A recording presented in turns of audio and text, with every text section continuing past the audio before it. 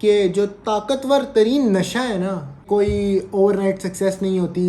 Light camera action, ठीक है ना। रिश्तेदारों की बात कर रहा है जेफ केलर भी। तो आप किसी रिलेशनशिप में हैं तो ये मत कहें कि अस्सलाम वालेकुम जी, this is me Mohammad Suleman once again, and उम्मीद करता हूँ आप सब खैरियत के साथ होंगे। And welcome to another episode of book summary by Mohammad Suleman. और हम इंट्रोडक्शन को मुझे खींचना पसंद नहीं है, इस वजह से हम डायरेक्ट जो है ना डाइव करेंगे अपनी बुक समरी में। और आज की जो हमारी बुक है वो है basically attitude is everything by Jeff Keller. ठीक है, आपने बहुत सी मोटिवेशनल वीडियोस देखी होंगी, शेर जंगल का बादशाह क्यों होता है अपनी एटीट्यूड की वजह से, ईगल जो है वो एक अलग पहचान क्यों रखती है अपनी एटीट्यूड की वजह से। इन सारी जो फ़िलासफ़ीज़ है ना, उसके बिहाइंड जो साइंस है वो जेफ केलर ने इस बुक में डिस्क्राइब किया है। एग्जाम्पल तो नहीं है कि मतलब शेर की एग्जाम्पल है या ईगल की एग्जाम्पल है, लेकिन बिहाइंड ऑल ऑफ दीज जो साइंस है ना वो जेफ केलर ने इसमें डिस्क्राइब किया है। तो चलते हैं बुक की तरफ। बेसिकली बुक जो है ना 3 चैप्टर पे कंप्राइज करती है और 130 पेजेस की बुक है। छोटी सी बुक है लेकिन बड़ी rich of information and fruitful information है।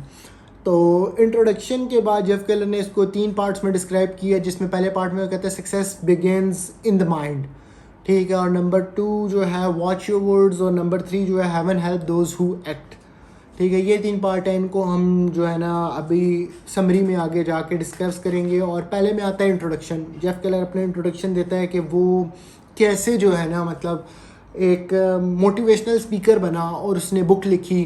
तो उसकी एक ब्रीफ सी समरी मैं आपको बता देता हूँ। जेफ केलर खुद एक लॉयर था और बड़ा अनसक्सेसफुल लॉयर था। उसका दिल नहीं करता था लेकिन वो काम करता था, एटीट्यूड नहीं था उसका वो करने में। देन एक दिन उसने सब कुछ छोड़ छाड़ के तो ये सोचा कि यार मैं जो है ना पहले अपने आप को बदलता हूँ, देन मैं कोई फील्ड ऑफ लाइन और वर्क ऑफ लाइन चूज़ करूँगा और देन जो है ना उसमें एस करूँगा। तो देन उसने जब खुद को मोटिवेट किया तो उसने कहा कि यार क्यों ना मैं मोटिवेशनल स्पीकर बनूँ, लेकिन मोटिवेशनल स्पीकर तो मार्केट में बहुत है, तो मैं कैसे बन सकता हूँ। तो उसने उस सारी फ़िलासफ़ी को रिवर्स इंजीनियर किया, देन एक बुक टाइप की बुक लिखी, नॉट टाइप की, उस दौर में तो लिखने में होता था, बुक लिखी, देन उसको पब्लिश किया, देन उसके बाद वो मोटिवेशनल स्पीकर बना।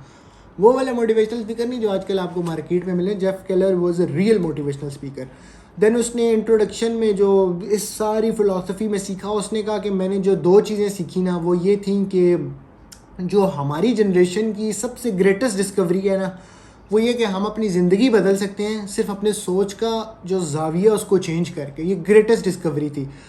और सेकेंडली वो कहते हैं कि don't under estimate the power of change your self. आप हमेशा इस चीज़ को अंडर एस्टिमेट करते हैं कि यार हम नहीं बदल सकते, लेकिन आपने इस पावर को अंडर एस्टिमेट नहीं करना। तो जेफ केलर ने इंट्रोडक्शन में ये चीज़ें लिखी। अब हम पार्ट 1 की तरफ चलते हैं और पार्ट 1 में जेफ केलर कहता है कि success begins in the mind. तो पार्ट 1 में जो है ना जेफ केलर लिखता है कि जो आपका एटीट्यूड है ना वो बेसिकली एक खिड़की है और उसके ऊपर शीशा लगा हुआ है और आप उसे दुनिया को देख रहे हैं। It's a window to see the world. तो कोशिश करें कि आप अपने उस शीशे को ना, जो खिड़की का शीशा, उसको साफ़ रखें और ब्राइट रखें ताकि आपको दुनिया जो है ना बड़ी अच्छी नज़र आए।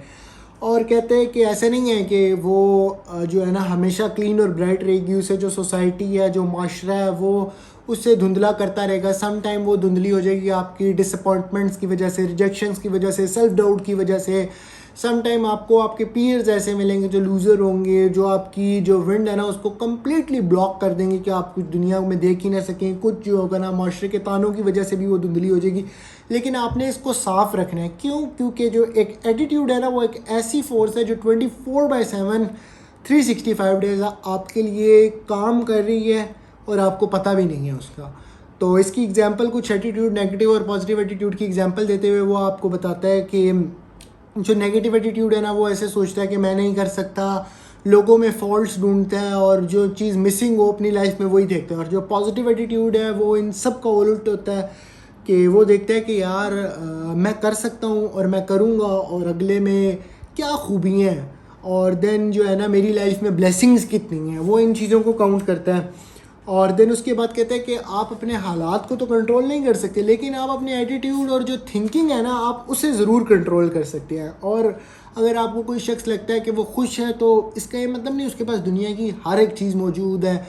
इसका मतलब ये है कि उसका एटीट्यूड पॉजिटिव है जीने का, जिस वजह से वो खुश है। जो चीज़ उसके पास है उससे उससे वो मोहब्बत करता है, उसको मतलब विनिंग एटीट्यूड है और वो खुश है उससे। और फिर उसके बाद लिखता है कि आप जो सोचते हैं ना आप वही होते हैं।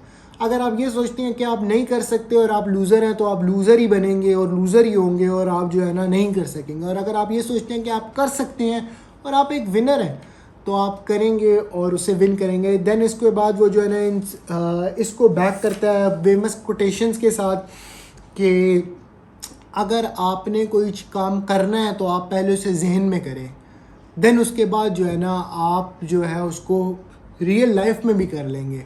और फिर लिखते हैं कि आज आप जहाँ भी हैं ज़िंदगी में वो आप अपने यकीन की बदौलत हैं। अब यहाँ से आगे आप जहाँ जाएंगे ना वो अपनी सोच, अपने एटीट्यूड की वजह से जाएंगे। और उसके बाद वो इस लाइन्स को बैक करते हुए एल्बर्ट आइंस्टाइन की कोटेशन लिखता है कि जो इमेजिनेशन है ना वो बेसिकली इम्पॉर्टेंट है नॉलेज से।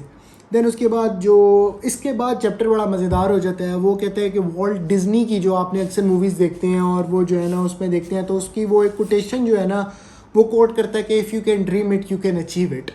और देन इसके बाद इंटरेस्टिंग करता है इस चैप्टर को और लिखता है कि आप इस तरह सोचें कि आपकी ज़िंदगी एक मूवी है और आप अपनी ज़िंदगी के ना actor, director, producer, script writer, costume designer, everything है, सब कुछ है आप अपनी ज़िंदगी के। अब आपने डिसाइड करना है कि अपनी ज़िंदगी को कैसे आपने बनाना है। मूवी को बेहतरीन बनाना है या आपने बस रोने धोने वाली बनाना है या इमोशनल बनाना है या साइंस फिक्शन बनाना है, जैसे भी बनाना है ये आपने डिसाइड करना है कि आपने अपनी ज़िंदगी को कैसे बनाना है। और इसके बाद वो लिखता है कि आपकी कुछ विलिंगनेस भी होनी चाहिए इस एटीट्यूड के साथ कि अगर आपको लगता है कि आपको 5 स्टेप्स लेने हैं, 10 स्टेप्स लेने हैं अपने गोल को अचीव करने में, तो आप ये सोचें कि मैं ये लूँगा। और अगर आपको लगता है कि आपको 50 किलोमीटर चलना है अपना गोल अचीव करने के लिए तो आप विलिंग हो वो 50 किलोमीटर चलने के लिए। आप कहेंगे खुद से कि यार मैं जो है ना 50 किलोमीटर चलूँगा, बेशक जो मर्ज़ी हो जाए मैं इस गोल को अचीव करूँगा। तो ये ऐसे आप अपने एटीट्यूड बनाते हैं। और इसके बाद जो है ना वो चैप्टर को एंड करते हुए लिखते हैं कि जब आप जो है ना अपनी जर्नी से गुजर रहे होंगे तो आपको बहुत सी चीज़ें मीनिंगलेस लगेंगी, यार ये क्यों हुआ, ऐसे नहीं होना चाहिए था, वो क्यों हुआ। आपने जब आप अपनी डेस्टिनेशन पे पहुंच जाएंगे और आप उन पॉइंट्स को कनेक्ट करेंगे ना, then you came to know कि यार वो चीज़ें ज़रूरी थी, अगर ये ना होता तो वो ना होता, अगर वहाँ ना होता तो मैं आज यहाँ ना होता। तो जब आप ये इन सब चीज़ों को कनेक्ट करेंगे ना डॉट्स को, तो वो एक मीनिंगलेस जर्नी बनने लग जाएगी। और इस चैप्टर के आखिर में वो लिखते हैं कि लाइट, कैमरा, एक्शन, ठीक है, अब आप डायरेक्ट करें। जो बेसिकली फर्स्ट चैप्टर है ना वो हाफ ऑफ द बुक है कि सक्सेस बिगिन इन माइंड्स इतना फोकस करता है कि आपने यहाँ सब कुछ पहले सोचना है, जीतना है, एटीट्यूड बनाना है, देन आप रियलिटी और प्रैक्टिकल लाइफ में उसे अचीव कर सकेंगे। तो ये पार्ट 1 था। अब चलते हैं पार्ट 2 की तरफ। तो पार्ट 2 जो है वॉच योर वर्ड्स, इसमें जेफ केलर कहता है कि अगर कोई चीज़ आप बार बार रिपीट करते रहते हैं ना तो आप इवेंचुअली वही बन जाएंगे। If you are continuously saying you are a loser loser और अ विनर विनर, तो you will eventually became one, क्योंकि आप अपने सबकॉन्शियस को ट्रेन कर रहे हैं और वो वैसे ही करेगा जैसे आपने उसे ट्रेन किया होगा। फिर उसके बाद वो कहते हैं कि जो आपकी थॉट्स होती हैं ना वही आपके वर्ड्स बाद में बनते हैं, और जो वो आपके वर्ड्स होते हैं वैसे ही आपका बिलीव होना शुरू हो जाता है, और जैसा आपका बिलीव होता है आप वैसे ही एक्शंस लेते हैं, और जैसे आप एक्शन लेते हैं वैसे ही आपका रिजल्ट आता है, क्योंकि जैसा आप इनपुट देंगे वैसे ही आउटपुट आएगा।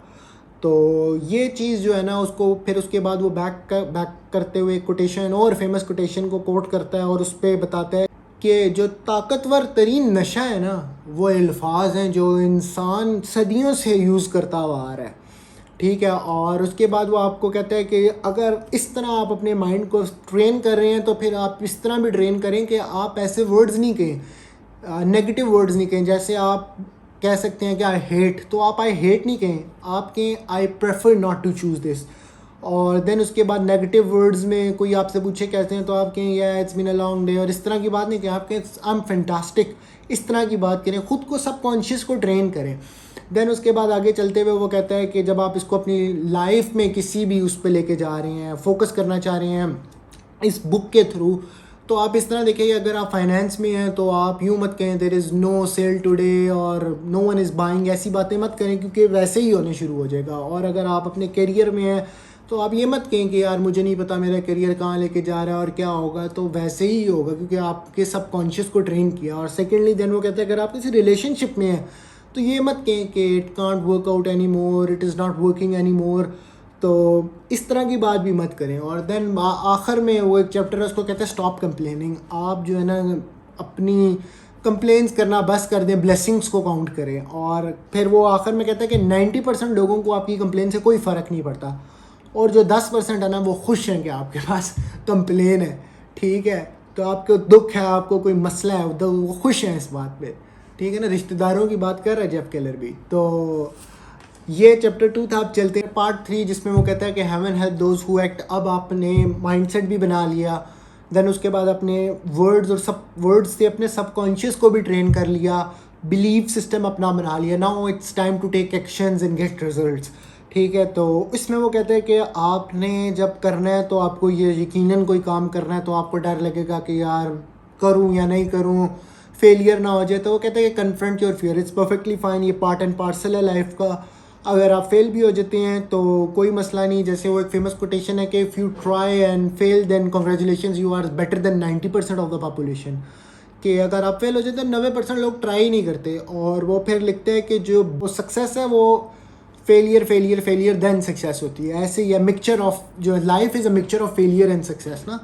तो अगर आपको ये डर है कि आप फेल हो जाएंगे तो कोई मसला नहीं। आप सबसे बड़ा डर ये है कि आप मर जाएंगे। तो इस वजह से जो है ना आप वो काम कर लें जिन जो छोटे डर हैं, क्योंकि डेथ इज़ सर्टेन, वो तो आनी ही आनी है, उसका खौफ तो ठीक है आपको।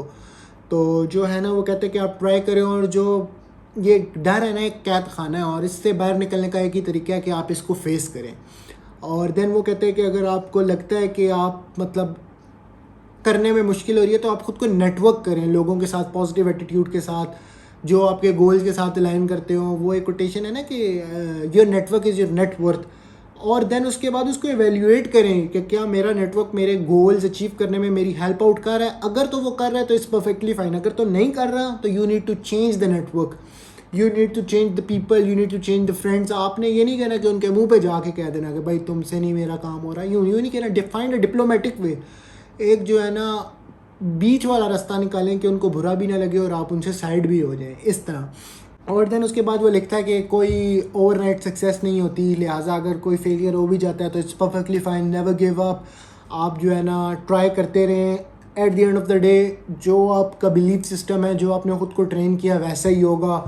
और देन उसके बाद जो है ना वो फाइनल वर्ड्स में लिखता है कि अगर आप अपने फियर जोन में एंटर होते हैं ना, तो आप अपने आप को इमीडिएट विनर कंसिडर करें, क्योंकि डिस्पाइट्स ऑफ रिजल्ट्स जो भी आए, आपने अपने फियर को डिफीट कर दिया तो आप वहीं विनर हैं। तो अब चलते हैं एंडिंग की तरफ। और ये थी जी summary attitude is everything book की उर्दू और हिंदी में, ठीक है। उम्मीद करता हूँ आप लोगों को पसंद आई होगी। अगर आपको लगता है कि कुछ इम्प्रूवमेंट की जा सकती है इसमें, तो do provide your feedback in the comment section. और मिलते हैं अगली वीडियो में किसी अगली बुक समरी के साथ। ये समरीज़ बेसिकली चलती रहेंगी इंशाल्लाह। तो see you in the next video, until then फी मानिल्लाह एंड अल्लाह हाफिज़, बाय बाय।